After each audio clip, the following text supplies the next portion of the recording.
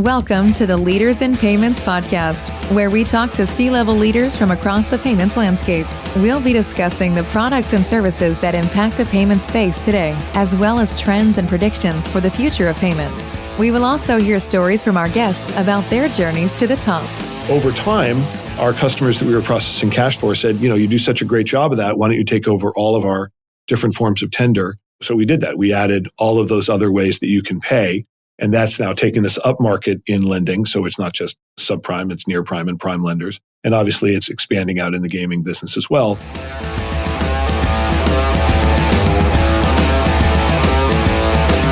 That was Danny Shader, the CEO of PayNearMe, and he is my special guest on this episode 278 of the Leaders in Payments podcast, and I'm your host, Greg Myers. PayNearMe develops technology to facilitate the end-to-end customer payment experience, making it easy for businesses to manage and accept payments. Danny and I talk about the company, what makes them unique, and their new product, Moneyline, that services iGaming and sports betting operators. We go on to talk about Danny's entrepreneurial journey and passion for fitness swimming. We've got a great episode ahead, so let's get started.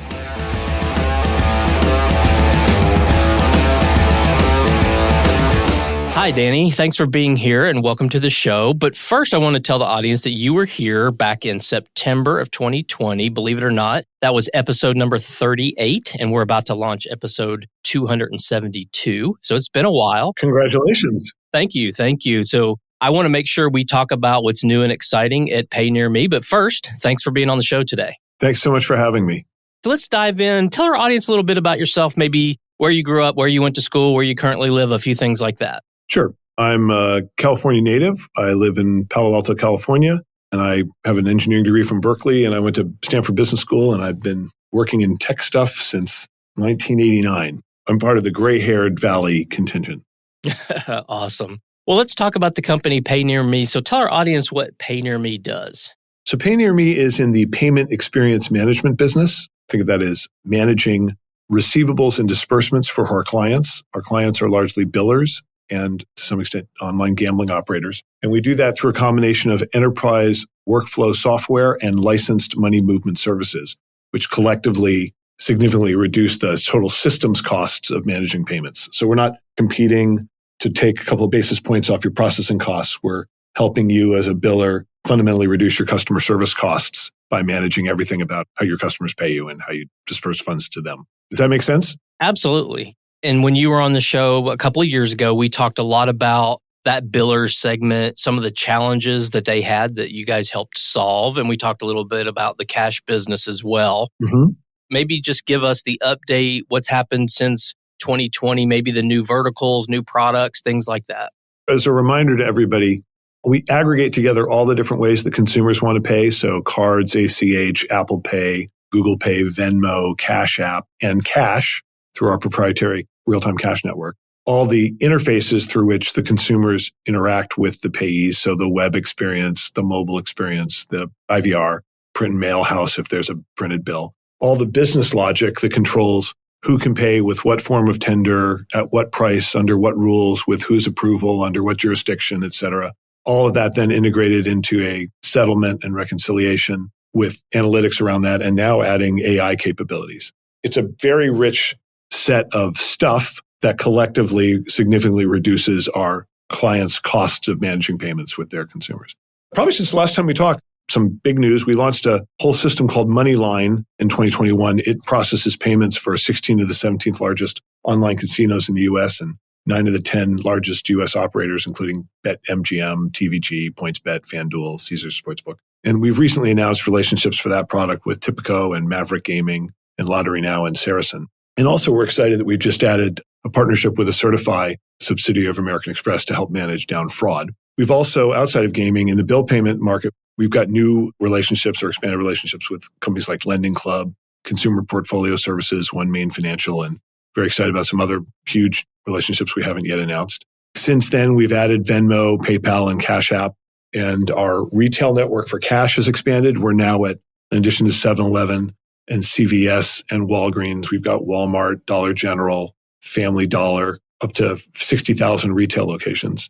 And then it was kind of fun to be named one of CNBC's top 200 fintech companies. And we're in the top 40 in digital payments. So we've been busy. Certainly sounds like it. I wanted to double click on a couple of things there. You mentioned the cash business. When we talked, in fact, I obviously went back and listened to the episode. At the time, you had 27,000 locations. So now you're at 60,000. I mean, that's quite some growth. Yeah, that's exactly right. It's if you want to pay a biller with cash or make a deposit into an online gaming account with cash, we've got a retail partner nearby where you can go do that in 60 seconds and done.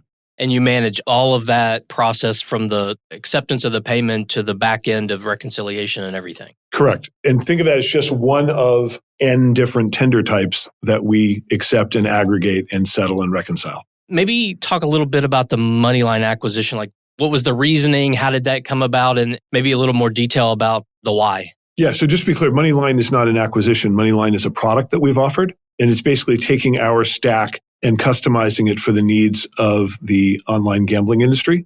So if you think about what we're doing in bill payment, the fundamental problem we're solving there is how do you reduce the customer service costs by making payments more reliable and enabling self-service? In the gaming industry, what matters is that customers can successfully fund their accounts or get disbursements. The reason why that matters is that's a very competitive business, and the operators spend a significant amount of money to acquire a consumer and get them to the top of their funnel. Now, if they get through that funnel and they're ready to fund their account, and then the clunky UX or the lack of payment options or something else prevents them from loading their account, that's an incredible loss to the online gaming operators. And most operators don't have the ability to aggregate all of these different payment methods together and put them into a seamless UX and make it so that the consumer can flow through that in an optimal way and complete the payment. And that's what Moneyline does for them. By the way, Moneyline also includes disbursements, since it also turns out that if you play and you win, many people want to get their funds out and you want to make that as easy as possible for them. So all of that together as a turnkey solution is Moneyline. And we provide that, as I mentioned, to quite a few operators. Okay. I also saw on the website another vertical, the consumer lending space. So what are you doing in that space? So lending is our biggest vertical. That's where we are, as I mentioned, we're managing all of the receivables, so people repaying their loans, and disbursements for our lending clients. Just to give you a little history, if you think of the history of the company, the original thing we built was that cash transaction network. And where that got traction originally was in gaming, because credit cards once upon a time didn't process reliably. And then it was also picked up strongly in subprime auto lending, because a lot of those consumers needed to repay their loans with cash. Over time, our customers that we were processing cash for said, you do such a great job of that. Why don't you take over all of our different forms of tender? And so we did that. We added all of those other ways that you can pay. And that's now taken us up market in lending. So it's not just subprime, it's near prime and prime lenders. And obviously it's expanding out in the gaming business as well. And then you can think of loan repayments as a form of bill pay, but then a bunch of adjacencies to that, things like insurance or mortgage, or moving outside of that, utility payments and other things that kind of all look to some extent the same, but then have unique nuances that we have to make sure that our system can accommodate. Yeah, and you mentioned something there that I think is a trend, at least I hear a good bit about and see a lot of news around, and that's the whole payout side. So was that something that was like, we have to be able to do this to break into these markets? It was less that we had to do it to break even, and then it was more that when we became our client's trusted partner, they asked us to do more. Most billers or operators don't want to be in the business of managing a whole host of different vendors, right? And being responsible for the integration. They want, as the expression goes, a single throat to choke, right? If there's somebody they trust who can take over more and more of things that they don't consider core, then they want to do that, right? And so that's why if you just go to the history of the company, starting with cash, adding other forms of tender, once we were doing that, people said, well, like, you're doing a good job of that. Can you take over the web experience and the mobile experience and the IVR? Yes. Okay, if you're doing that, can you give me business logic that controls how all that works? Yes. Okay, can you give me analytics around this? Yes. Hey, now can you give me AI to optimize how all this works? Yes. Can you do disbursements is also part of that conversation, right? So once you become a strategic and trusted partner to your clients, then typically if it's in your wheelhouse or they think it can be in your wheelhouse, they'll ask you to do more. And obviously we want to be the best possible partner we can. So we'll keep innovating to do a good job for them. Makes perfect sense. And when we talked last time, I think you had raised around $100 million. In June of this year, you raised another $45 million, which is a big number this day and age, given the way the economy is. Yeah. So can you talk a little bit about kind of that journey? why you did it, how you plan to use the funds, things like that? Sure. So first of all, obviously, given how tough the fundraising environment is, we were very happy to get that done, and that feels really good. And we're using it basically just to fund growth. The business is now of a scale where our costs are paid for by our ongoing business, but there are a lot of ways that we can grow the business with new capability and new verticals, et cetera. And that's what we're using those funds to invest in. What would you say differentiates you from your competitors out there? There's a framework we think of, what we call Payments 3.0. If you think about the evolution of payments, Payments 1.0, I would argue, is processing. And then as people went to integrate processing, they would have to buy products from multiple different companies in order to put all that together and process payments. And some financially engineered roll-ups came along. Now we think of those as legacy players, but these are the Payments 2.0 people that rolled together a bunch of these different aggregate parts and put them together so at least you had one vendor you could go to get all the different parts. But those companies tended to be more financially driven, and the seams between the products were clear, and those seams resulted in worse customer experience and higher customer service costs. We think of Payments 3.0 as product-led companies, technology and product-led companies that create seamless experiences for consumers on behalf of their clients that integrate all of the different capabilities. I think we're the sole Payments 3.0 provider in the verticals that we serve. The classic example is you think about the payment experience of Amazon, or you think of the payment experience of Uber, where it feels completely seamless. That's what consumers' expectation is now, and I would consider that a Payments 3.0 experience. Well, that's what we provide to billers and online gaming operators. In the payments and fintech industry, merchants and their customers have increased expectations around omnichannel commerce. So in collaboration with NMI, the fully integrated payment solution built to scale, we've launched the Be Solid campaign, where in this series, we'll explore the ability to accept payments anytime, anywhere, using any device. We'll dive deep into mobile acceptance via contactless, tap-on phone, QR codes, wallets, and more. We will hear from companies like Offvia, Cantaloupe, Google, and more. To listen to the latest episodes, visit leadersinpayments.com or nmi.com/resources/podcasts. In a world full of squares and stripes, be solid. Where do you see this space headed, say, in the next maybe 3 to 5 years? Certainly, there continues to be innovation in the underlying methods of payment, things like real-time payments and FedNow and stuff like that that's coming, right? And we'll see innovation also from the traditional innovators that we've interacted with. And so obviously we have to incorporate those things. But there's something bigger going on that I think is really important, and it's where the Payments 3.0 thing matters. For the longest time now, interest rates have been zero. And for example, if you were a lender, you had a really good ongoing profitable business. But when your underlying cost of funds is rising quickly, your operating margins get squeezed.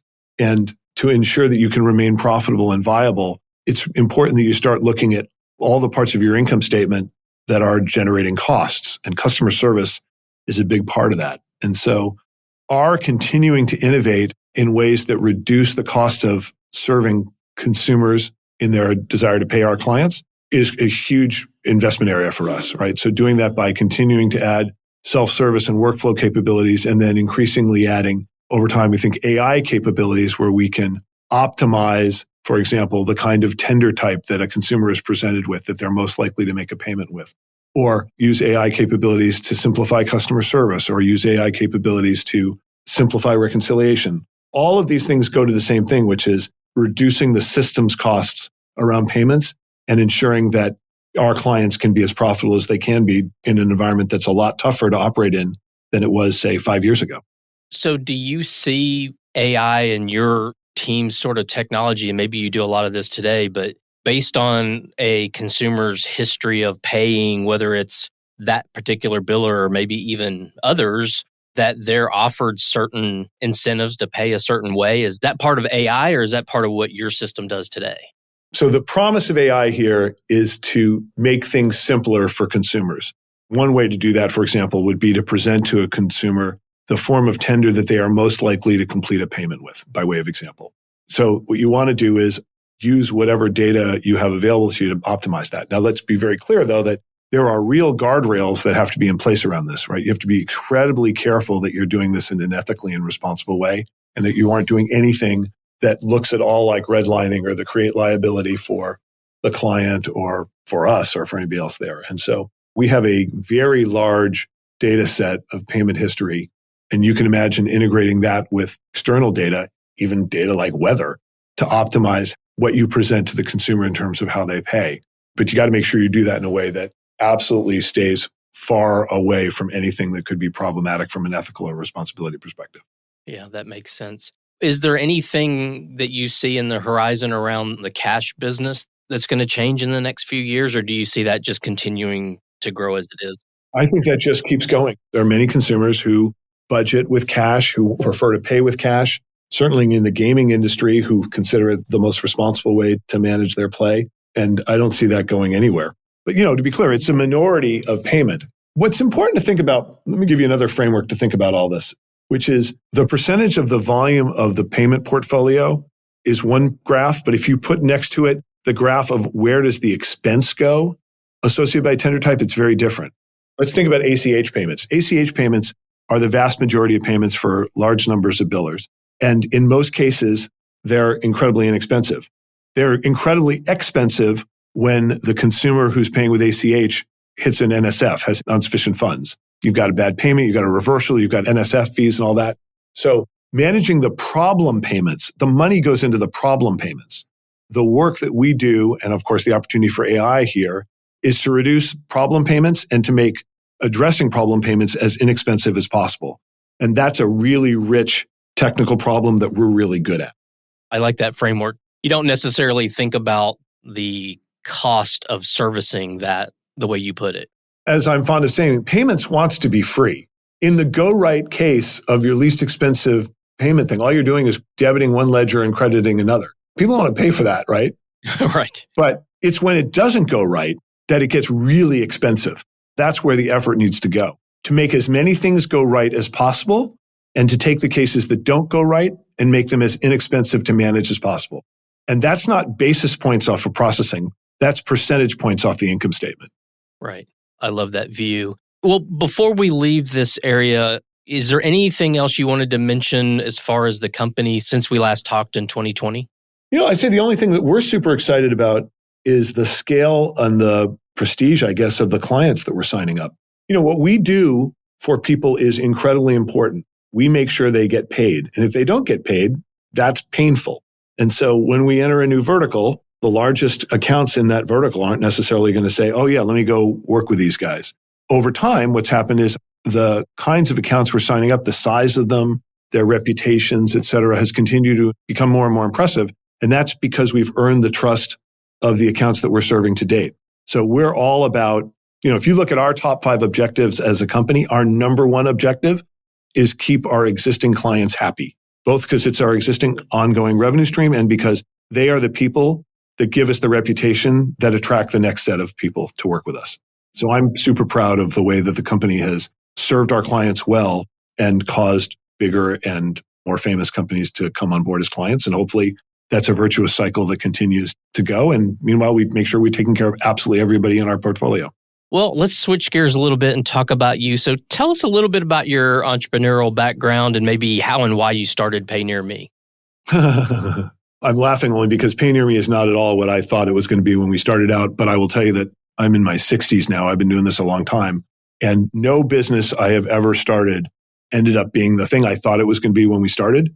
The company that is now PayNearMe started as something that was facilitating payments in social gaming. And we ended up striking a relationship with 7-Eleven for cash payments. And when people found out about it, they said things like, wow, we accept cash payments in Japan through 7-Elevens. Can we do that here? And we said, sure. And so we exited the social gaming business and ended up with billers. And the first billers, as I mentioned, were in gaming and in lending. And then we've just kept listening to what people wanted and building for them and growing the business up. What I would say is interesting is probably the biggest mistake we made in the history of the company was for many years after we were doing cash, our clients asked us to process cards and ACH.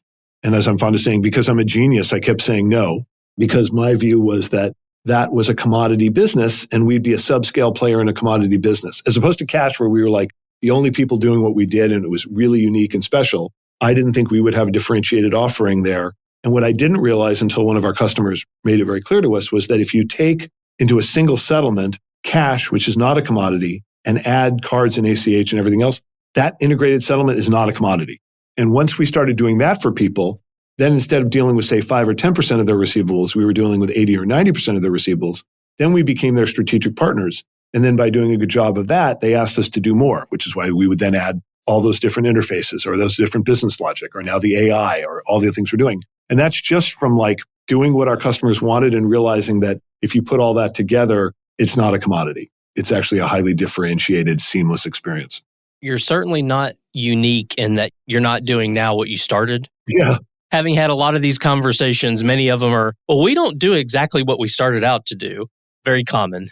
I've had quite a few startups. I've had good outcomes, and none of them has been what we originally set out to do. There are very few Steve Jobs or, Mark Zuckerbergs in the world who can sort of see it and design the ideal product. My view is in starting a business is you start with a good idea and you go pitch it to people and then you just adjust. And they'll tell you, particularly in B2B, they'll tell you what they want and what they don't want. You listen to them and you do a good job for them.